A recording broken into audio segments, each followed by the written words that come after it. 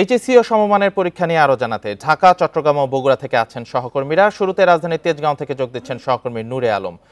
নূরে আলম, তেজগাঁওয়ে আপনি কোন শিক্ষা কেন্দ্রে আছেন এবং এবার পরীক্ষার্থীদের পরীক্ষা কেন্দ্রে পরীক্ষা শুরু হওয়ার আধা ঘন্টা আগে আসার নিয়ম রয়েছে, তো সেই ক্ষেত্রে এখন পরীক্ষার্থীদের উপস্থিতি কেমন দেখছেন আপনি?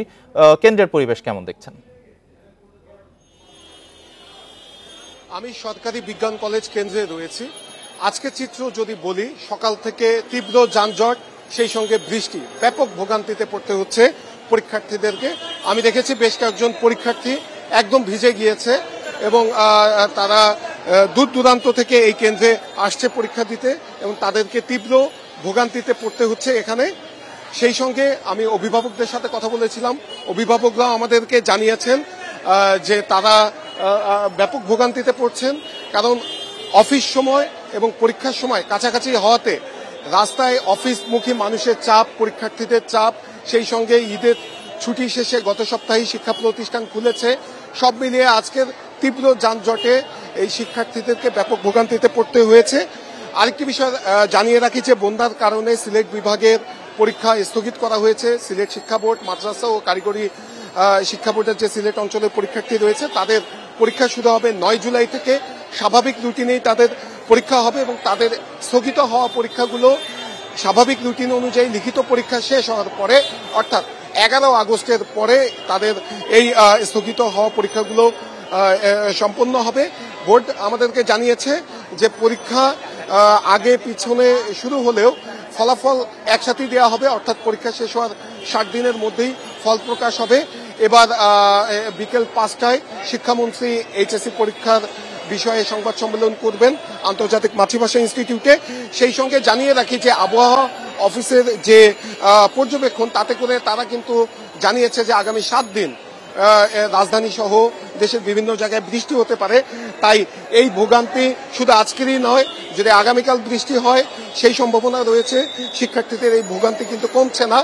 সেক্ষেত্রে বোর্ড বলছেন যে তারা কেন্দ্রগুলোকে একটি নির্দেশনা দিয়েছেন যে পরীক্ষা শুরুর আধা ঘন্টা আগে যে কেন্দ্রে প্রবেশের যে একটি নিয়ম রয়েছে সেটি তারা কিছুটা শিথিল করেছেন। কিছুক্ষণ আগেই আমার বোর্ডের চেয়ারম্যানের সাথে কথা হয়েছে, তিনি আমাদেরকে জানিয়েছেন এরই মধ্যে কেন্দ্রগুলোকে বলা হয়েছে যখনই পরীক্ষার্থী আসবে তখনই যাতে কেন্দ্রে প্রবেশ করতে দেওয়া হয়। আমরা স্বাভাবিক সময়ে দেখি পরীক্ষা শুরুর 30 মিনিট আগে পরীক্ষার্থীদেরকে কেন্দ্রে প্রবেশ করানো হয়। বৃষ্টির কারণে এখন যদি কোনো পরীক্ষার্থী 9টার সময় আসে, সে সরাসরি কেন্দ্রে প্রবেশ করে যাবে। সেই সঙ্গে প্রশ্নপত্র ফাঁস সহ পরীক্ষা সুষ্ঠু করার জন্য সব ধরনের ব্যবস্থা নেওয়া হয়েছে বলে জানিয়েছেন বোর্ড। সামাজিক যোগাযোগ মাধ্যমে কেউ প্রশ্ন ফাঁসের গুজব, অর্থাৎ প্রশ্ন ফাঁসের বিষয়টিও নজরে রেখেছেন, এই জন্য কোচিং সেন্টারও বন্ধ রয়েছে, আমরা সেটা জেনেছি।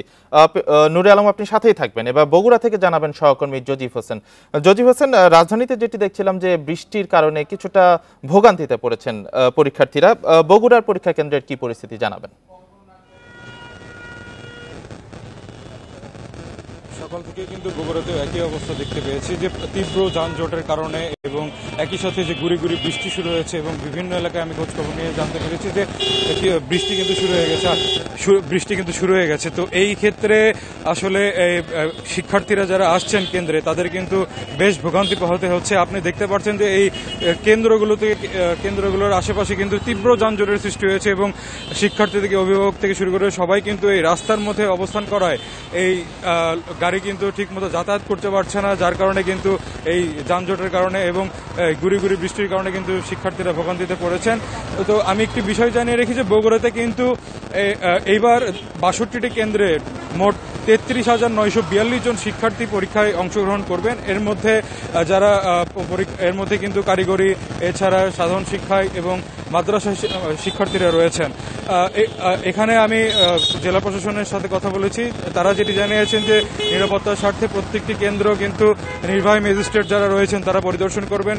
সেই সাথে কলেজ কর্তৃপক্ষ যারা রয়েছেন, ভারপ্রাপ্ত কর্মকর্তা রয়েছেন, তারাও কিন্তু এই প্রশ্নবাস এবং অন্যান্য যে অনিয়ম দুর্নীতি হয় সেগুলোও যাতে না হয় সেই জন্য কিন্তু তারা আইন শৃঙ্খলা ব্যবস্থা জোরদার করেছেন বলে আমরা জানতে পেরেছি। তো আমরা আসলে অভিভাবকদের কাছে একটি বিষয় জানতে চেয়েছিলাম যে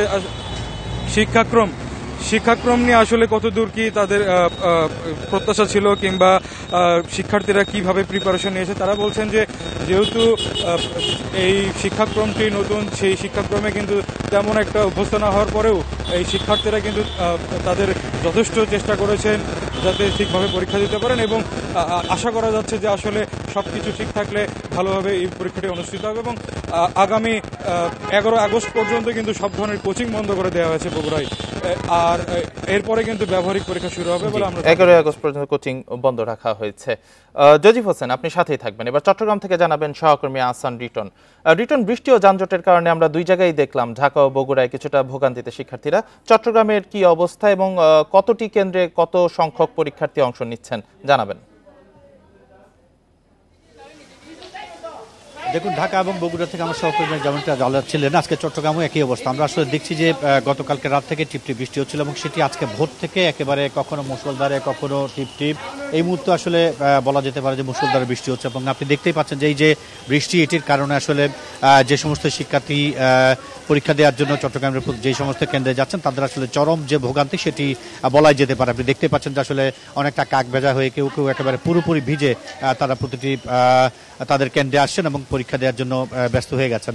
আমরা দেখেছি ইতিপূর্বে আসলে যখন বৃষ্টি ছিল না অন্যান্য মৌসুমগুলোতে, তখন আসলে শিক্ষার্থীরা কিছুটা ধীর সুস্থভাবে কেন্দ্রে এসছেন। কিন্তু আজকে যেহেতু সকাল থেকে বৃষ্টি হচ্ছে, সঙ্গত কারণ তারা আসলে বেশ আগে ভাগে বাসা থেকে বেরিয়েছেন।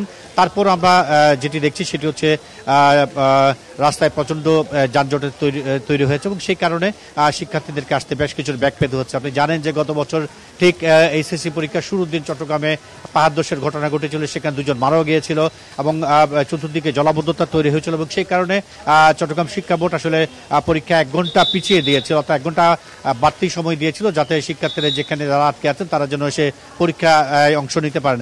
তবে আজকে যেহেতু থেমে থেমে বৃষ্টি হয়েছে, সেই কারণে আসলে জলাবদ্ধতার যে বিষয় সেটি এখনো পর্যন্ত কোথাও হয়নি।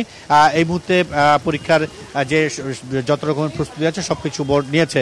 আমরা বলতে চাই যে এবার চট্টগ্রাম বোর্ড থেকে 1,06,034 জন শিক্ষার্থী তারা এইচএসসি পরীক্ষা অংশ নেবেন। এর মধ্যে 48,332 জন ছাত্র এবং 57,698 জন শিক্ষার্থী, 287টি কলেজের শিক্ষার্থীরা 115টি কেন্দ্রে আজকে পরীক্ষার যে আয়োজন সেটি বসছে।